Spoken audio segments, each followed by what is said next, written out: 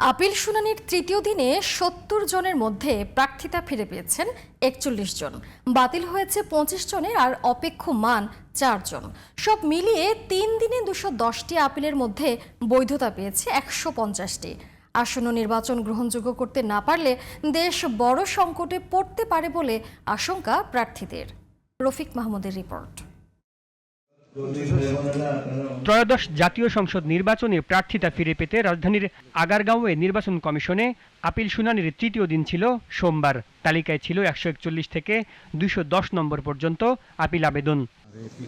এদিন দ্বৈত নাগরিকত্বের কারণে চট্টগ্রাম ৯ আসনের জামাত প্রার্থী AK-M ফজলুল হক এবং নাটোর ২ আসনে এনসিপির প্রার্থী GAA মুবিন সহ ২৫ জনের প্রার্থিতা বাতিল হয়। তবে কিশোরগঞ্জ ৫ আসনের স্বতন্ত্র প্রার্থী অ্যাডভোকেট হাসনাত কাইয়ুম সহ প্রার্থিতা ফিরে পেয়েছেন ৪১ জন। শুনানি শেষে মনোনয়নপত্র বাছাইয়ে রিটার্নিং কর্মকর্তাদের বিরুদ্ধে পক্ষপাতিত্বের অভিযোগ করেন তারা। নির্বাচনটা আসলে ক্রেডিবল হওয়া দরকার, অ্যাকসেপ্টেবল হওয়া দরকার।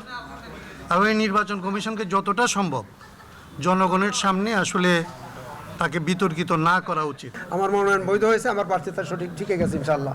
আপনাদের সকলের কাছে দোয়া চাই, ইনশাআল্লাহ আল্লাহর রহমত আমি স্বতন্ত্র প্রার্থী। ওনারা আমাদের কাছে যে সমস্ত বিষয় দাবি করেছেন সবগুলো কনস্টিটিউশনের বাইরে, যার একটি জিনিসও কনস্টিটিউশন চায় না।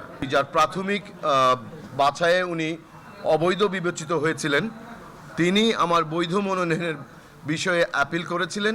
আজ নির্বাচন কমিশন সেই অ্যাপিলটি খারিজ করে দিয়েছে। দুপুরে জাতীয় পার্টির মহাসচিব শামীম হায়দার পাটোয়ারি বলেন, তুচ্ছ কারণে মনোনয়নপত্র বাতিল করা অযৌক্তিক। রাষ্ট্র সরকার নির্বাচন কমিশনকে দেখাতে হবে যে যেসব দল নির্বাচনে অংশগ্রহণ করছে তারা এবং তাদের প্রার্থীদের এবং তাদের জানমাল এবং সম্পদের সুরক্ষা দিতে এই রাষ্ট্র সক্ষম।